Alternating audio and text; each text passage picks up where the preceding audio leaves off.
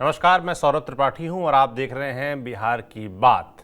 जंगल राज ये एक शब्द है जिसको मुझे लगता है कि बिहार के हर आदमी ने सुन रखा है और महसूस कर रखा है।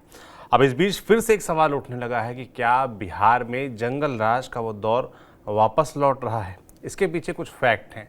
फैक्ट ये कि पिछले 40 दिन में 7 राजनीतिक हत्याएं बिहार प्रदेश में हो चुकी हैं, जिसके बाद से लगातार विपक्ष के नेता तेजस्वी यादव हमलावर हैं सरकार पर।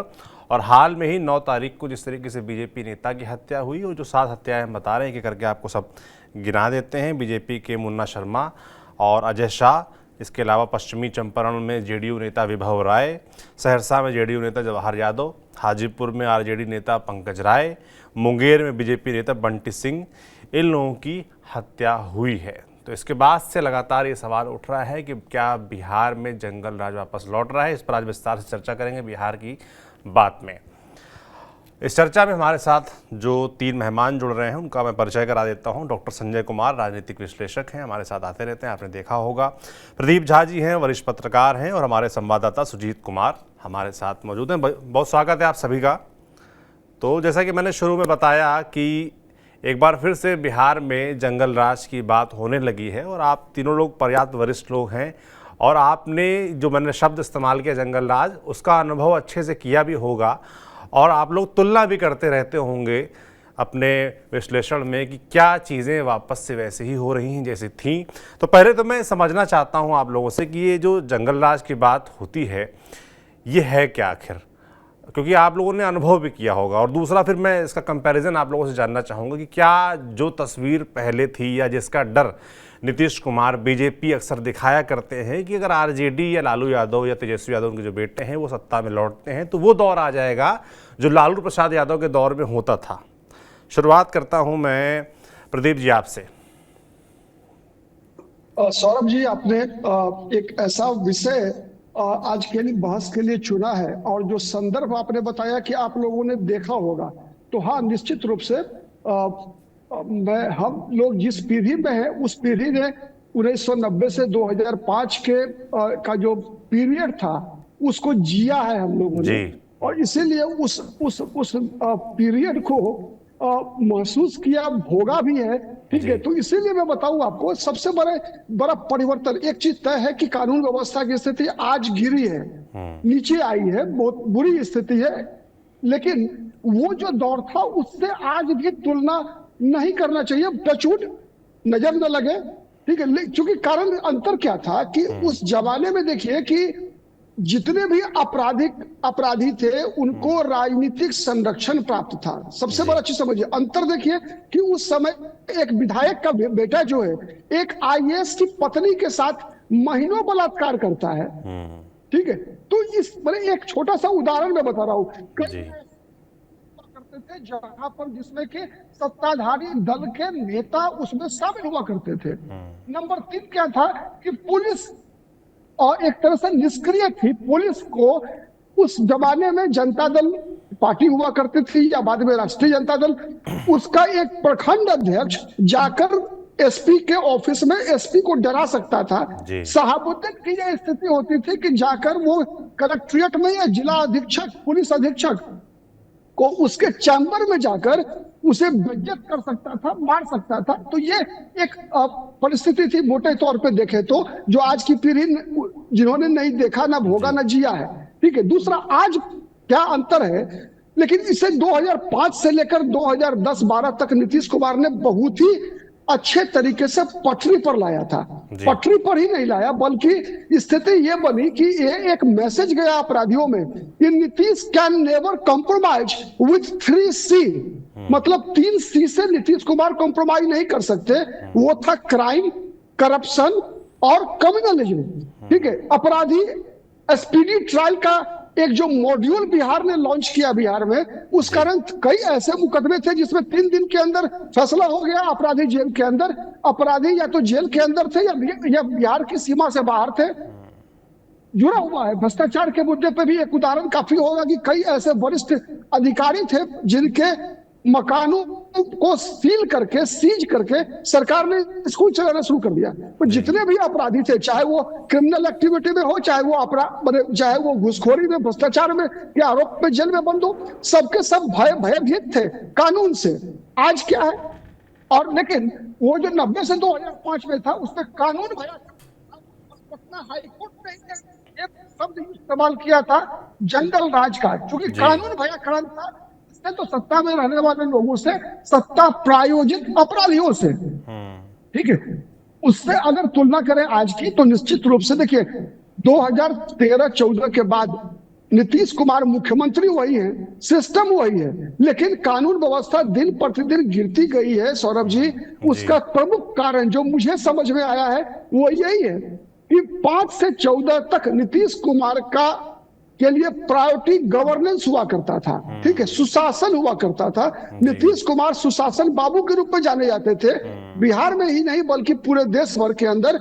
और ऐसा था कि डेवलपमेंट के कई इंडेक्स में जब रेटिंग हुआ करती थी विभिन्न राज्यों की, तो देश के 3 मुख्यमंत्री और पहले मैदान पे हुआ करते थे, वो 3N हुआ करता था, ठीक है, नीतीश कुमार, नवीन पटनायक और नरेंद्र मोदी। इसी इंडेक्स में नरेंद्र मोदी आ गए तो दूसरे में नीतीश कुमार, तीसरे में नवीन पटनायक। तो ये इस प्रकार की एक रेस जो है चला करती थी। लेकिन 14 के बाद क्या हुआ, नीतीश कुमार केवल मुख्यमंत्री पद बचाने में और प्रधानमंत्री बनने में इनकी एनर्जी जा रही है, और यही कारण है कि गवर्नेंस पे इनका कोई ध्यान नहीं है, और धीरे धीरे इनका कंट्रोल गिरता भी गया है। जी बिल्कुल, आपने बहुत मजबूत बात बोली कि चीजें कैसे 2005 से 2014 के बीच बदली। सारा जोर गवर्नेंस पे था, बिहार पे था। फिर जैसे ही नीतीश कुमार का दिमाग शिफ्ट होता है, उनकी नज़रें शिफ्ट होती हैं दिल्ली की तरफ, उसके बाद चीज़ें गड़बड़ाना शुरू हो जाती हैं। और आज के दौर में अब इसकी तुलना फिर से होने लगी है, क्या वैसे ही बिहार में जो जंगल राज था वो वापस लौट आएगा। और आप इस बात को एक्सेप्ट भी करते हैं कि गवर्नेंस पे जो पकड़, जो सख्ती नीतीश कुमार की पहले रहती थी, अब वो उतनी सख्ती नज़र नहीं आती, जिसका अंजाम सड़क पर नज़र भी आ रहा है। डॉक्टर संजय, आप इसको किस तरीके से देख रहे हैं?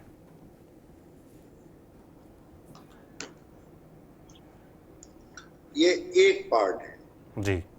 नीतीश कुमार जी प्रधानमंत्री बनने के लिए आकांक्षा, महत्वाकांक्षा पाल लिए, और इसकी वजह से अपराधी सर उठाने लगे और हत्याओं का दौर शुरू। जी।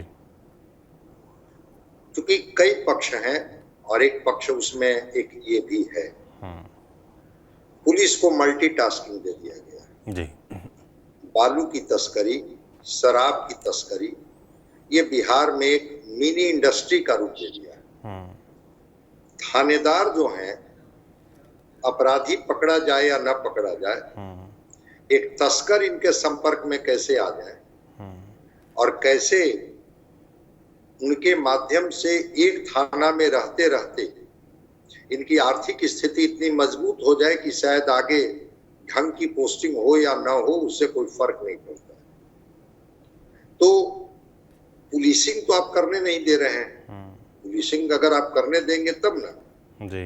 एक थाना है, एक पुलिस है, आप उसी से रूटीन क्राइम चेक करवा रहे हैं, उसी से बालू की तस्करी रुकवा रहे हैं, उसी से शराब की तस्करी रुकवा रहे हैं, उसी को आप कह रहे हैं कि आप रूटीन क्राइम में जाइए। नहीं हो पाएगा। पुलिस पब्लिक रेशियो क्या है? 14 करोड़ आबादी बिहार की हो गई और 80 या 90 पुलिस का रेशियो आता है 1 लाख पर। नेशनल देख लीजिए, बिहार का देख लीजिए जी। तो जब आपके पास पुलिस कम है, और एक बड़ा कारण और है, वो है बेरोजगारी। कुछ तो लोग पलायन कर जाते हैं, कुछ रह जाते हैं। नौजवानों की आकांक्षा, इच्छा भी बढ़ी है, उनकी जरूरतें भी बढ़ी है जी। अब अगर उनको रोजगार नहीं मिलेगा तो वो अपराध और अपराध की दुनिया में जाएंगे। और जो आपका विषय है जी, जो तेजस्वी जी गिना रहे हैं कि इतने नेताओं की हत्या, वो नेता तो इनके रोल मॉडल हैं। लगता है कि यही रास्ता तो है नेता बनने का। बाहुबली जो भी होते थे, वो बाहुबली कोई स्कूल, कॉलेज, यूनिवर्सिटी में पढ़ करके थोड़े होते थे जी। वो तो इसी दुनिया से निकलते थे। स्वीकारिकता मिलती थी, जातियां उनको अपना नायक मान लेती थी, और नायकत्व जब मिलता था तो एक पीढ़ी को लगा कि अरे ये हमारे रोल मॉडल हो सकते हैं, जिसमें मेहनत कम और सम्मान, पैसा और पद सब कुछ सुरक्षित, शायद भटकाया है बिहार। वो मुख्यमंत्री जी गवर्नेंस पर ध्यान दें, गवर्नेंस पर ध्यान नहीं दें, उससे कोई फर्क नहीं पड़ता है। फर्क इस बात से पड़ता है कि जब सिस्टम आपका काम नहीं कर रहा। मैं एक छोटा सा उदाहरण देता हूं जी। जो पुलिस सुपरिटेंडेंट होते हैं, एसपी रैंक के अधिकारी जी, आपको जानकर के आश्चर्य होगा, थोड़ा सा ही रैंक अधिक होता है तो आईएएस सर्विसेज मिलता है, थोड़ा सा रैंक होता है तो आईपीएस मिलता है। बिहार में 200 आईपीएस करीब हैं और वही 350 आईएएस। एक जूनियर आईएएस एक अपने सीनियर आईपीएस का जब एसीआर लिखेगा, कितना मनोबल बढ़ेगा। पॉलिटिकल पोस्टिंग होती है, कॉम्पिटेंट अधिकारियों को सचिवालय में बिठा दिया जाता है जी, और ये पॉलिटिकल पोस्टिंग में तय होती है चीजें, ये किनके खाते के हैं, कौन करेंगे नहीं करेंगे। 4, 5, 6 ब्यूरोक्रेट ही सब चीजों को तय करते हैं। और अब ये हो गया कि जो चीफ सेक्रेटरी रैंक के होते हैं, होम सेक्रेटरी जो आईएएस होते हैं, वो तय करते हैं कि कौन एसपी किस जिले के होंगे। जब चीजों को आप इस तरह से डिक्टेट करने लगिएगा, बिहार में भी पुलिस रिफॉर्म लागू हुआ 2007, कभी मंगा करके पढ़ लीजिएगा जी। वो 2007 का पुलिस रिफॉर्म आया है, उसमें पुलिस के हाथ बांध दिए गए और जो आईएएस रैंक के अधिकारी हैं वो डिक्टेट करने लगे हैं। वहां पर कहीं ना कहीं से पुलिस डिमोरलाइज महसूस करती है, मल्टीटास्किंग है और एक पैरेलल इकोनॉमी चल रही है बालू और शराब की। और उसके लिए आपने कोई अलग से टास्क फोर्स नहीं बनाया, उसके लिए आपने कहीं से कोई अलग व्यवस्था नहीं की, बल्कि इसी पुलिस के जिम्मे वो काम भी छोड़ दिए। तो रूटीन क्राइम तो होंगे, अपराध बढ़ेंगे, जंगल राज कहिए, महाजंगल राज कहिए। हाँ, 2 चीजों में मैं अंतर देखता हूँ। वो अंतर मैं ये देखता हूँ कि जिस कालखंड की चर्चा 90 की बात आप कर रहे थे जी, 30 ऑर्गेनाइज्ड गैंग थे बिहार। ऑर्गेनाइज्ड गैंग नहीं है, ये सच्चाई है। हत्याएं हो रही हैं, लेकिन संगठित गिरोह बिहार में भी नहीं। दूसरी चीज कि जो उस समय जो आरोप लगते थे, कितनी सच्चाई थी मुझे नहीं पता है, बाकी लोगों को पता होगा, कि अपराध सत्ता संरक्षित होते थे जी। मुझे नहीं लगता है कि नीतीश कुमार के पीरियड में सत्ता संरक्षित अपराध होता है। अपराध हो रहे हैं, लेकिन सत्ता का संरक्षण में मिलता होगा, मुझे ऐसा नहीं लगता है, जो मेरी अपेक्षा है। तो इन चीजों को अगर हम लोग देखें कि अगर पुलिस मल्टीटास्किंग, पुलिस को कहीं और दिखाई पड़ रहा है, एक अपराधी को पकड़ने से ज्यादा महत्व का काम कोई और समझ में आ रही है बात, तो कहीं और लग रहा है कि वहां से ज्यादा हमको लाभ मिलेगा, ज्यादा हमें ये होगा, यहाँ क्या मिलने वाला है। इस स्थिति में एक जो अपराध और अपराधियों का और उसमें बेरोजगारी का जो पुट, ये नौजवान रोजगार नौजवान जिनको बड़ी गाड़ियां चाहिए, सोने का चेन चाहिए गले में, उनको एंजॉय करने के लिए पैसे चाहिए, अब उसके लिए किसी की हत्या करनी पड़े या उसके लिए किसी के यहाँ बैंक डकैती करनी पड़े या उसी के लिए छिनतई की घटना करना पड़े, हर चीज को वो मानते हैं कि यही तो रहा है जिसके माध्यम से और लोग उस ऊंचाई तक पहुंचे हैं, वो रोल मॉडल को ना मानते हैं।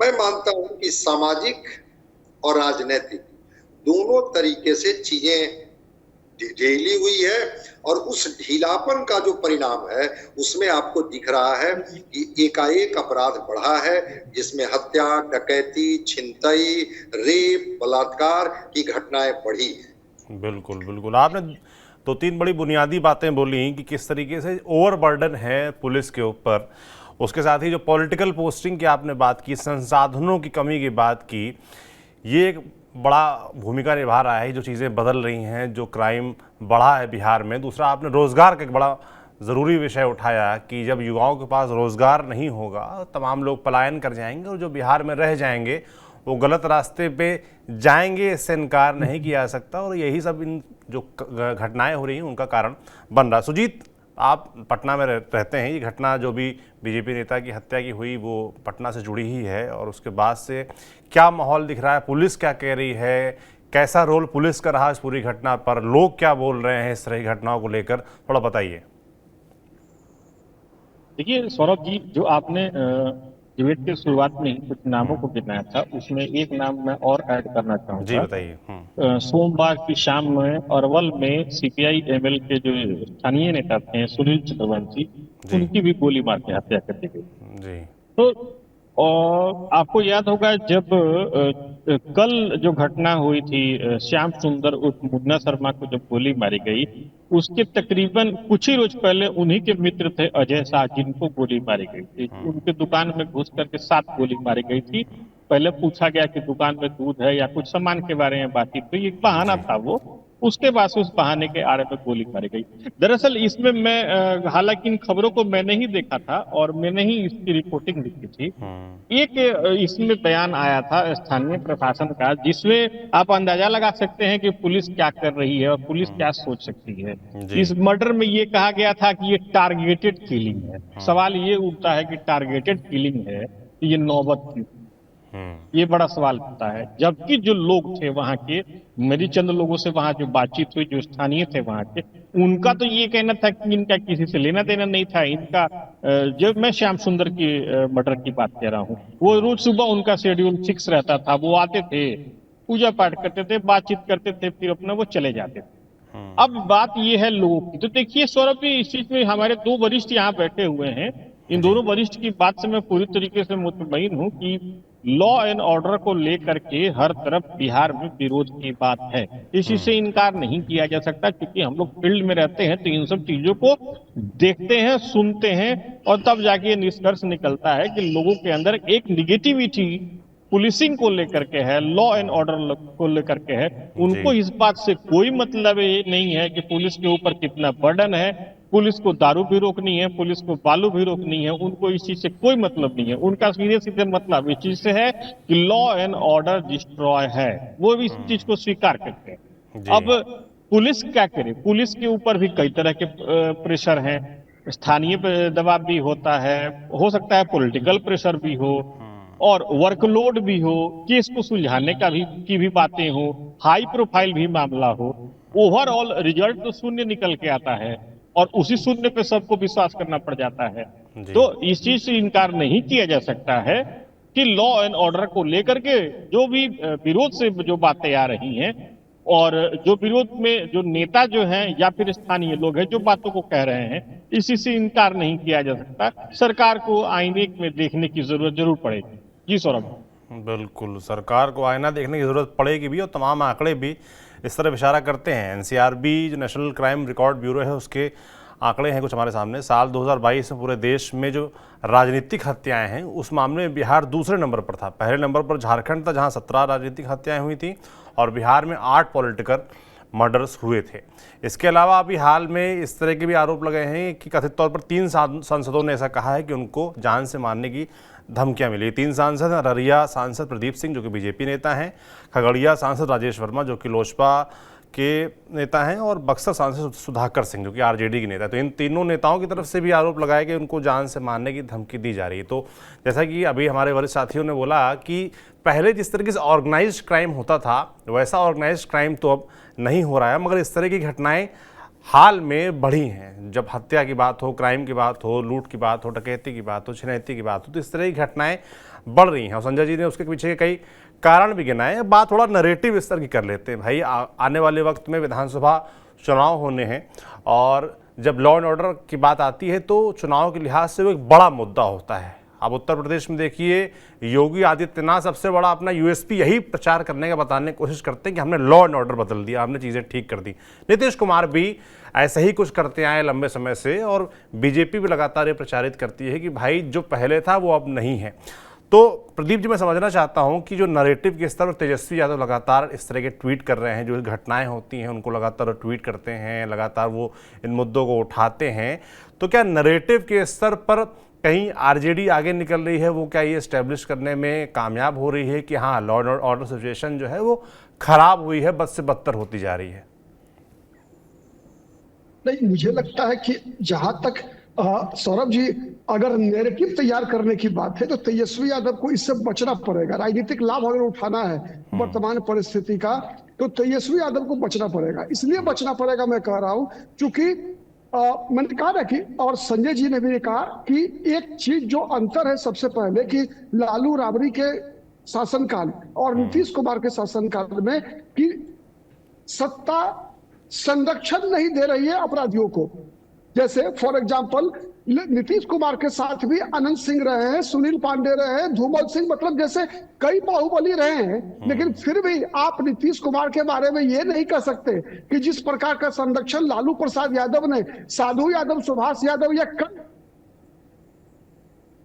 प्रदान किया, वैसा संरक्षण नीतीश कुमार देते हैं। नीतीश कुमार का ये कहना कि ना मैं फंसाता हूं ना बचाता हूं, ठीक है, राजनीतिक नैरेटिव है, लेकिन ये बहुत हद तक सही है, ठीक है। तो जब तेजस्वी यादव विशेष रूप से वो कानून व्यवस्था पे चर्चा करते हैं, तो निश्चित रूप से जो पीढ़ी 90 से 2005 को देखी है तो वो तुलना करना शुरू कर देगी।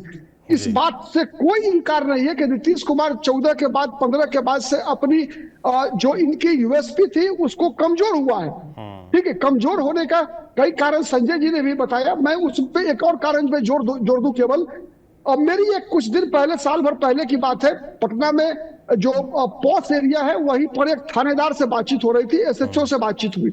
मैंने पूछा कि सर आप बताइए कि 2005 के बाद जो 15 तक का नीतीश कुमार और आज 15 के बाद जो यही मुख्यमंत्री है, लेकिन ये कानून व्यवस्था में स्थिति इतनी खराब क्यों हुई? उनका एक पुलिस ऑफिसर एसएचओ होने के बावजूद उनका कहना था कि पब्लिकली तो नहीं बोल सकता, लेकिन मैं व्यक्तिगत रूप से बता रहा हूं कि सबसे पहला पुलिस की एनर्जी निश्चित रूप से जाती है दारू वालों को पकड़ने में, ये शराब के स्मगलर्स को पकड़ने में जाता है, इस बात से कोई इनकार नहीं है। लेकिन साथ ही एक बहुत विवादास्पद मैं मुद्दा उठा रहा हूं सौरभ जी, जी बिल्कुल, इसलिए कि उनका कहना था कि ये 35% जो महिलाओं को आरक्षण दिया गया बिहार पुलिस के अंदर, ठीक है, कई बार पुरुष पुलिस कर्मियों के लिए समस्या होती है कि वो अपराधी को पकड़े या अपनी महिला पुलिस कर्मियों की सुरक्षा करे, ठीक है जी। तो उनका मैंने पूछा तो क्या ये आपका कहना यह है कि सरकार को यह सजेस्ट करना चाहिए कि पुलिस में महिलाओं की भर्ती बंद हो? उनका कहना था नहीं, बल्कि एक शारीरिक क्षमता के लिए एक निश्चित मापदंड तय होना चाहिए। जैसी बुरी शारीरिक क्षमता की महिलाओं की बहाली बिहार पुलिस में की गई है, उसको थोड़ा बढ़ाना चाहिए, नंबर 1। नंबर 2 जी, ट्रेनिंग बहुत इंपॉर्टेंट है। महिलाएं पुलिस में नहीं बल्कि बाह्य सुरक्षा के लिए आर्मी में ही बहाल हो सकती है, होती भी है, कमांडो ट्रेनिंग भी ले रही है महिलाएं, लेकिन उनकी ट्रेनिंग तो होनी चाहिए ना। ऐसी स्थिति नहीं बननी चाहिए कि पुरुष पुलिसकर्मियों को महिला पुलिसकर्मियों का हथियार और उनकी जान बचाना पहली प्राथमिकता हो जाए, अपराधियों को पकड़ना दूसरी प्राथमिकता हो जाए। तो ये कहीं ना कहीं सच है, और इसके पीछे जो सर्वप्रमुख कारण है हम देखते हैं अगर, ये है कि 2014 के बाद से नीतीश कुमार के लिए वोट बैंक बनाना, मतलब अल्टीमेटली मैं आ रहा हूं कि गवर्नेंस नीतीश कुमार के लिए दूसरी प्राथमिकता है, सेकंड प्रायोरिटी बन गई।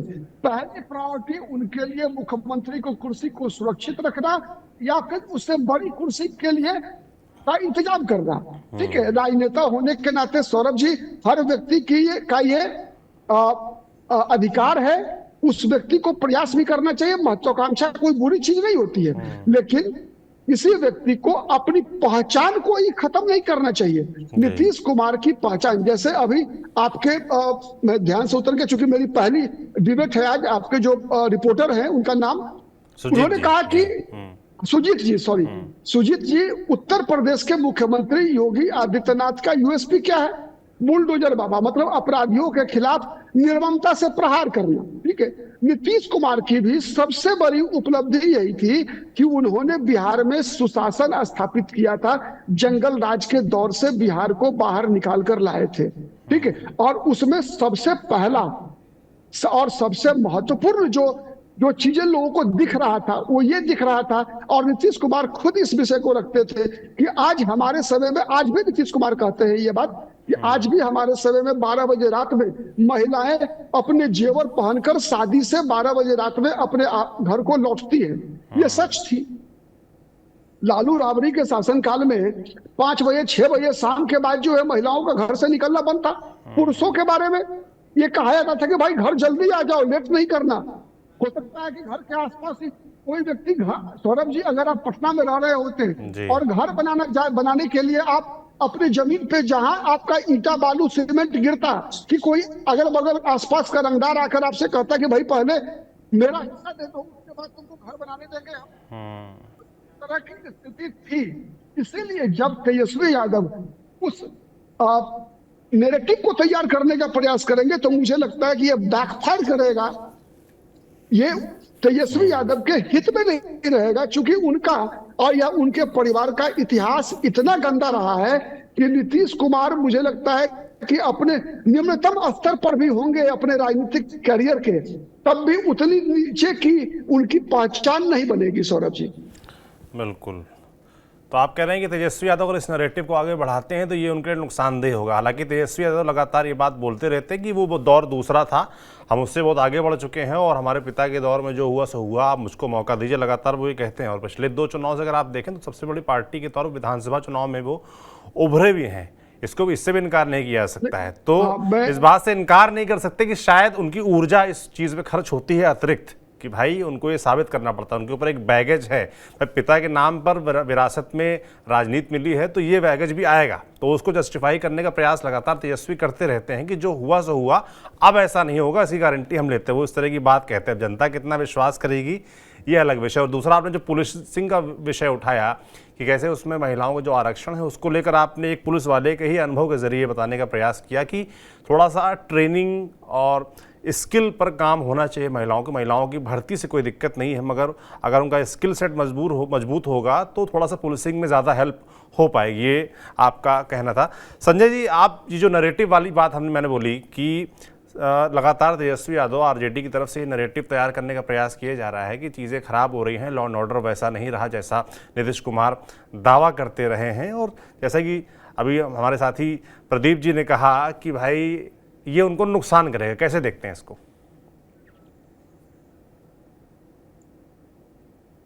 ये लालू प्रसाद जी की सत्ता जो गई उसके कारण क्या थे? उसके कारण तो यही थे ना जी, कि जो नरसंहारों का दौर जो बिहार ने झेला और देखा था उसकी वजह से ही तो बदलाव हुआ था। लेकिन इसकी वजह से नीतीश कुमार को कहां छूट मिल जाती है कि लोगों के जान माल की सुरक्षा ये न करें। बिल्कुल जी। भाई वो कालखंड जिसमें वो नरसंहार और अपराधियों का संरक्षण और बच्चों का अपहरण की घटनाएं होती थी, तो ठीक है, जनता ने मैंडेट उनको देना बंद कर दिया। बिल्कुल। लेकिन नीतीश कुमार का तो यूएसपी क्राइम, करप्शन और कम्युनलिज्म रहा। और हत्याओं का जिस तरह से सिलसिला नीतीश कुमार के दौर में चल रहा है, ठीक है, जनता को तय करनी है कि इनको रखे न रखे, लेकिन क्या ये समाज को सुरक्षा देने की जिम्मेवारी सरकार की नहीं है? जी। कोई व्यक्ति बिहार में इसलिए बच रहा है कि कोई उसको मारना नहीं चाह रहा है। अगर कोई अपराधी तय कर लेगा तो वो चंद रुपया दे करके किसी की हत्या करवा सकता है। क्या ये पुलिसिंग का काम नहीं है? ये पुलिसिंग का पार्ट नहीं है क्या? हर चीज पर कोर्ट ही कॉग्निजेंस ले, संज्ञान ले।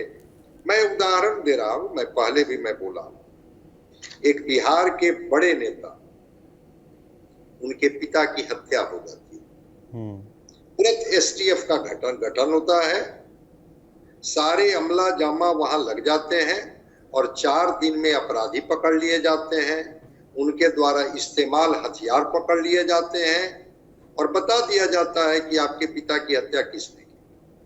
क्या बिहार के हर नागरिक के साथ ऐसा होता है क्या? अगर उनकी हत्या हो जाती है तो पता चलता है कि किसने हत्या की। अपराधियों का मनोबल इसलिए बढ़ता है कि पुलिस एविडेंस तक नहीं दे पाती। और इसी बिहार में जो एक मैनेजर थे इंडिगो के, रुपेश, 3 में गोली मार दी गई थी। पुलिस ने कई अपराधियों को पकड़ा और कोर्ट में चूंकि उनका साक्ष्य नहीं पेश कर पाई पुलिस, इसलिए वो सारे बरी हो गए मतलब दिन दहाड़े व्यक्ति की हत्या होती है और कोई साक्ष्य नहीं, तो हत्या करने वाला कोई आकाश से आ गया या धरती से निकल के हत्या कर गया।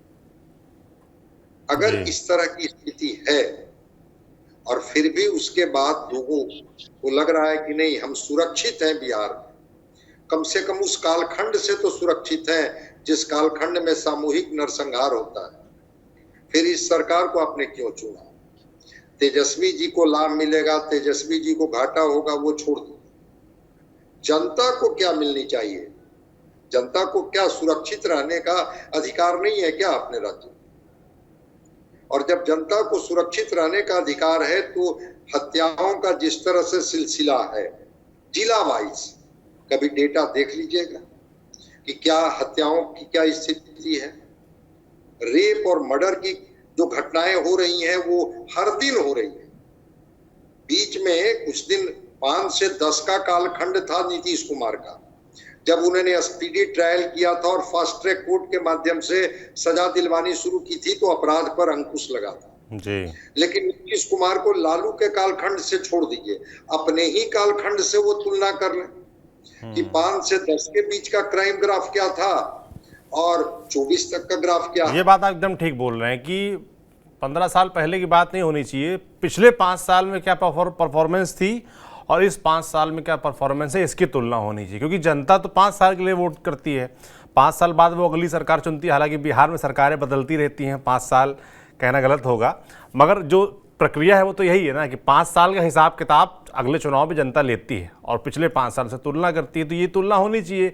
कब तक ये बात कही जाती रहेगी कि भाई तब ये होता था, तभी सरकार बदली गई थी, तभी लंबे समय तक लालू यादव और उनका परिवार सत्ता से बाहर रहा है और अभी भी उनको लगातार ये एक्स्ट्रा जोर देना पड़ता है कि नहीं अब वैसा दौर नहीं आएगा। तो नीतीश कुमार इससे कैसे बच जाएंगे? सुजीत जी थोड़ा हमको ये समझाइए कि भाई जनता के बीच इस वक्त क्या माहौल है, वो क्या सोच रही है, नरेटिव के स्तर पर क्या माहौल दिख रहा है? देखिए सौरभ जी, यहाँ एक बात है, आप ये बात कह करके नहीं बच सकते हैं कि आपके साथ वक्त में क्या हुआ करता था और हमारे वक्त में क्या हो रहा है। हत्या तो हत्या है।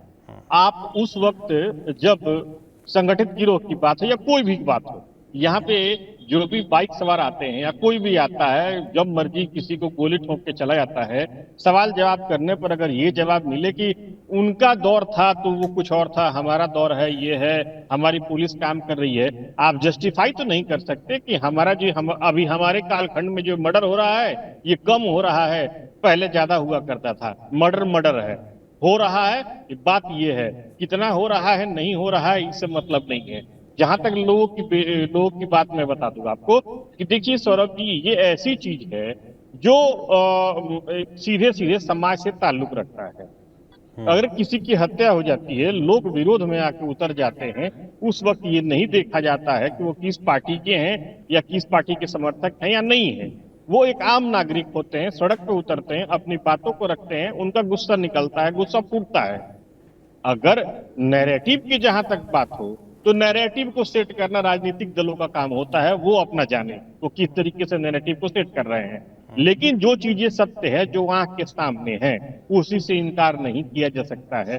यहाँ पर जब हत्याएं हो रही हैं, लोगों में उबाल है, लोगों में आक्रोश है। आक्रोश केवल इस चीज को लेकर है कि ये जो घटनाएं घट रही हैं, इस पे जितनी जल्द हो सके कंट्रोल होना चाहिए। बाकी नैरेटिव सेट करना तो राजनीतिक दलों का काम है, वो अपना जिस तरीके से लोगों के बीच में पेश करना चाहें वो पेश कर सकती हैं, वो स्वतंत्र है इसके लिए। जी सौरभ जी। बिल्कुल ठीक कह रहे हैं आप कि नैरेटिव तो राजनीतिक दलों का काम ही है, वो तय करेंगे। प्रदीप जी, चुनाव के लिहाज से आपके मतलब बड़े मुद्दों में क्या लॉ एंड ऑर्डर को देखते हैं कि चुनाव में क्या ये एक बड़ा मुद्दा रहेगा? आने वाले विधानसभा चुनाव जो हैं उसमें ये बड़ा मुद्दा रहने वाला है कि बिहार के मुद्दे अभी कुछ और हैं, लॉ एंड ऑर्डर पर उतना ध्यान नहीं लोगों का? नहीं, ऐसा है सौरभ जी कि लॉ एंड ऑर्डर हर चुनाव में एक मुद्दा तो रहा ही है, इस बात से कोई इनकार नहीं कर सकता। वोट पड़ता है इस बार के चुनाव में भी। हेलो, हाँ सौरभ जी, इस बार भी ये मुद्दा वोट पड़ता है इस मुद्दे पर, लॉ एंड ऑर्डर के मुद्दे पे? हाँ पड़ता है। मैं उदाहरण बता रहा हूँ आपको। आप देखेंगे क्या कि पिछले बिहार विधानसभा चुनाव 2020 में जब हुआ तो आप देखेंगे पहले चरण, दूसरे चरण, तीसरे चरण में आरजेडी को एज था, ठीक है, आरजेडी लीड कर रही थी। एनडीए के से कंपेयर जब करेंगे आप रिजल्ट को तो जो महागठबंधन था, आरजेडी लेड महागठबंधन था, वो लीड कर रही थी।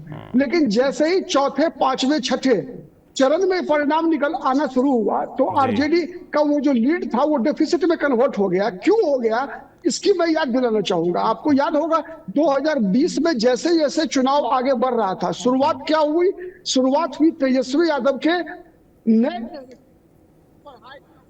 और दवाई से, ठीक है, 10 लाख सरकारी नौकरी से शुरुआत हुआ।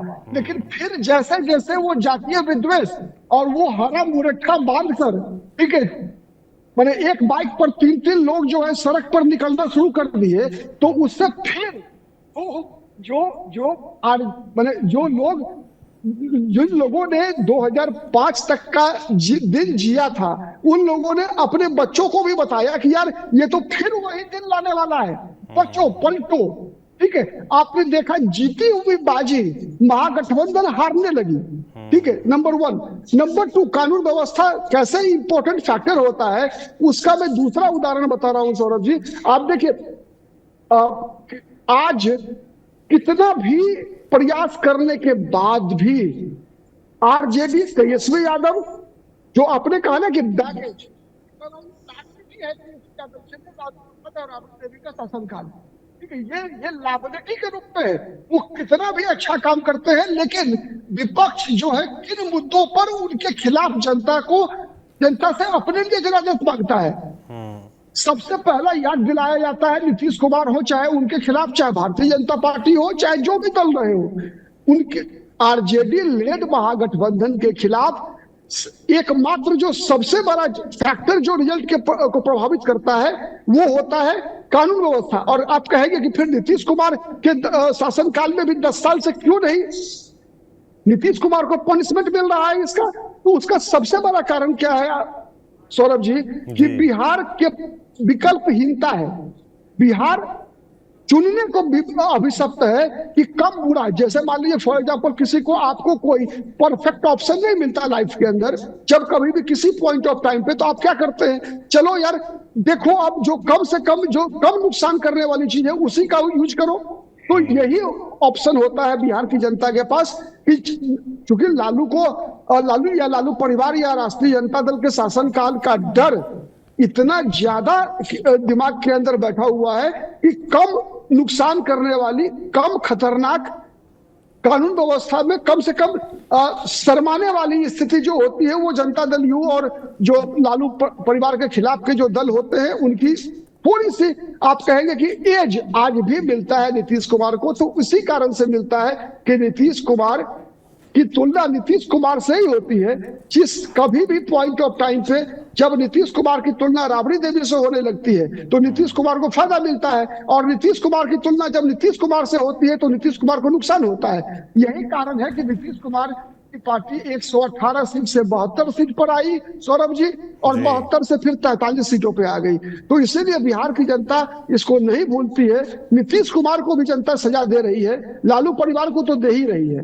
नीतीश कुमार को भी। जैसे जैसे नीतीश के परफॉर्मेंस में गिरावट आती गई है, बिहार की जनता ने अपना संदेश स्पष्ट रूप से दिया है, बिहार की जनता के पास विकल्प नहीं है तीसरा कोई अभी तक, इसीलिए बिहार की जनता जो विवश है नीतीश कुमार को चुन लेने के लिए।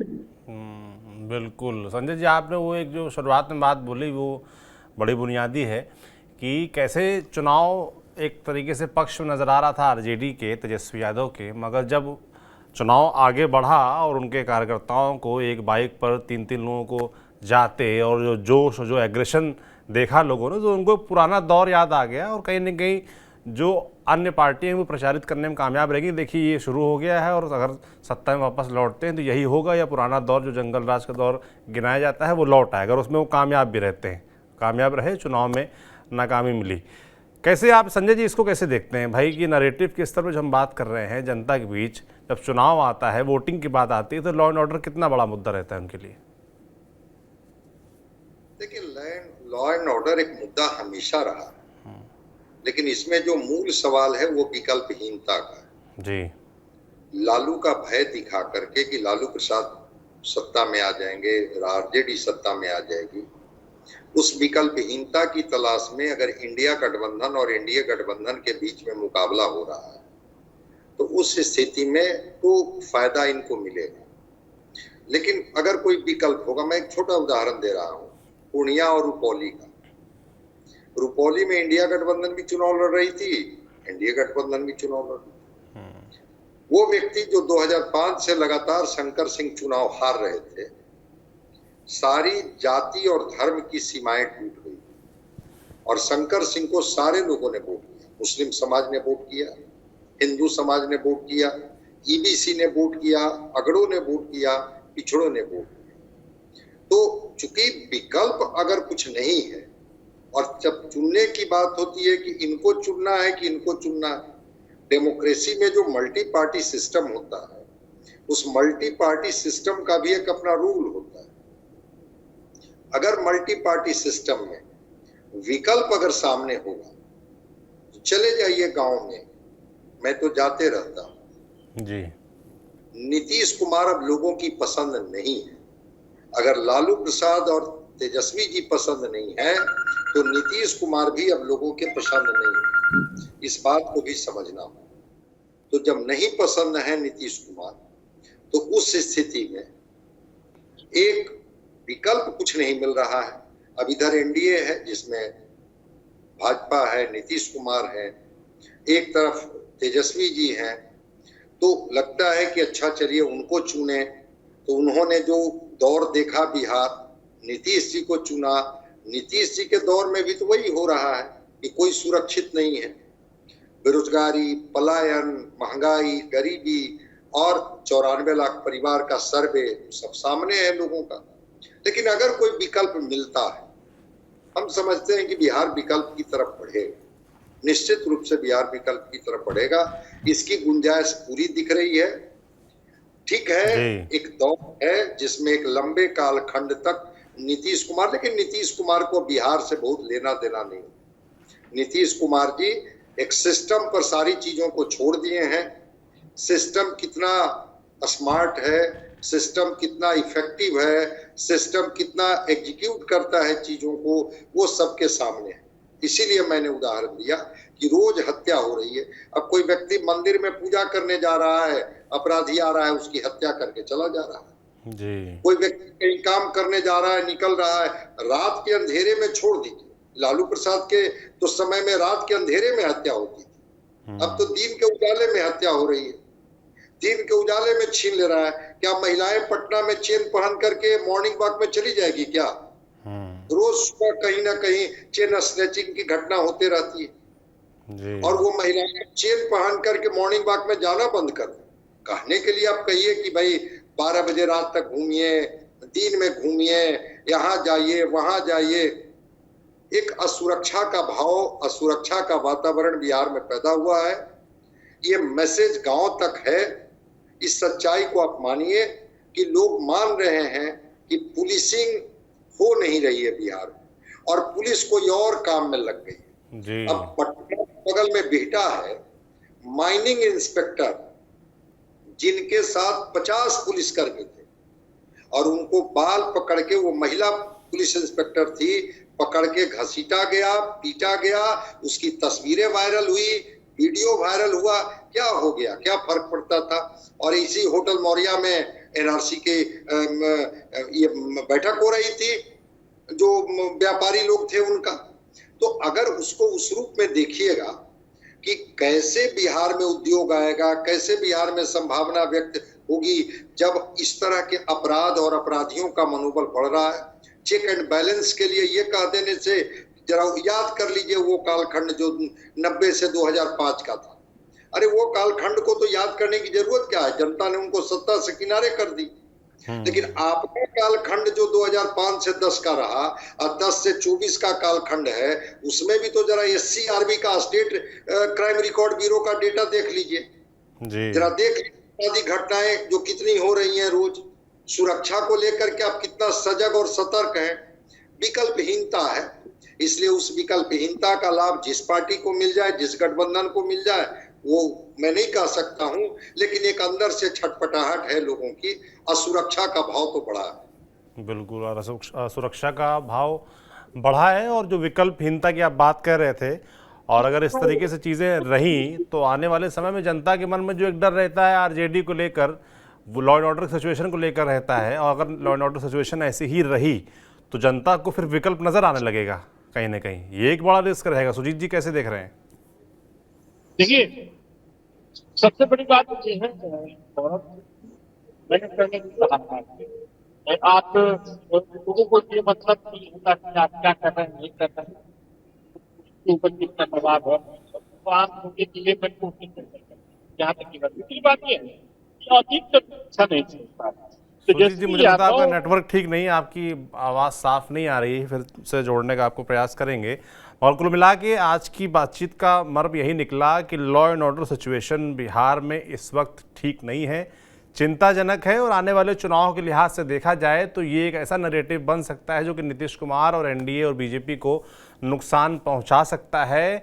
पुलिसिंग को लेकर जो तमाम बुनियादी बातें सामने आई हमारे तमाम वरिष्ठ साथियों के ज़रिए कि भाई कैसे पुलिस को तमाम अन्य कामों में लगा दिया गया है, और जो उनका जो प्राइमरी काम है, बुनियादी काम है, वो उसमें ठीक से इन्वॉल्व नहीं हो पा रही, जिस वजह से इस तरह की घटनाएं लगातार बढ़ रही हैं। राजनीतिक पोस्टिंग की बात की गई, और एक बात ये भी निकल के आई कि कब तक पुराने दौर को याद दिलाया जाता रहेगा और कब कब जो अपनी सरकार में जो नाकामियां हैं उनको उसको याद दिलाते हुए ढका जाता रहेगा। ये एक सवाल है जो जनता मुझे लगता है सोचेगी। प्रदीप जी, संजय जी, सुजीत जी, आप तीनों का बहुत बहुत धन्यवाद इस बातचीत में जुड़ने के लिए।